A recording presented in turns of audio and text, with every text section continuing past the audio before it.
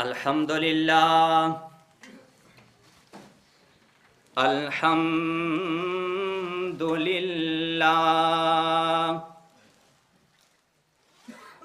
الحمدللہ رب العالمین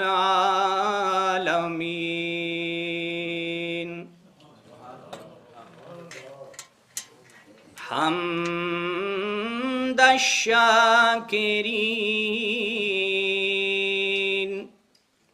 والعاقبۃ للمتقین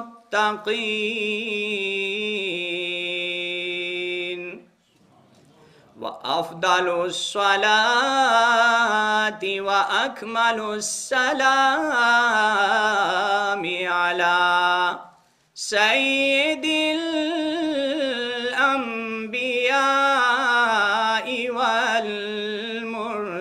والمرسلین وعلى آلہ وأصحابہ اجمعین اما بعد فاعوذ باللہ من الشیطان الرجیم بسم اللہ الرحمن الرحیم یا ایہا النبی انا ارسلناک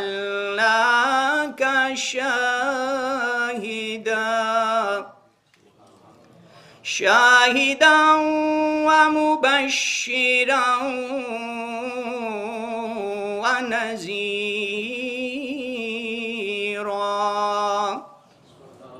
وداعیا الی اللہ بإذنہ وسراجا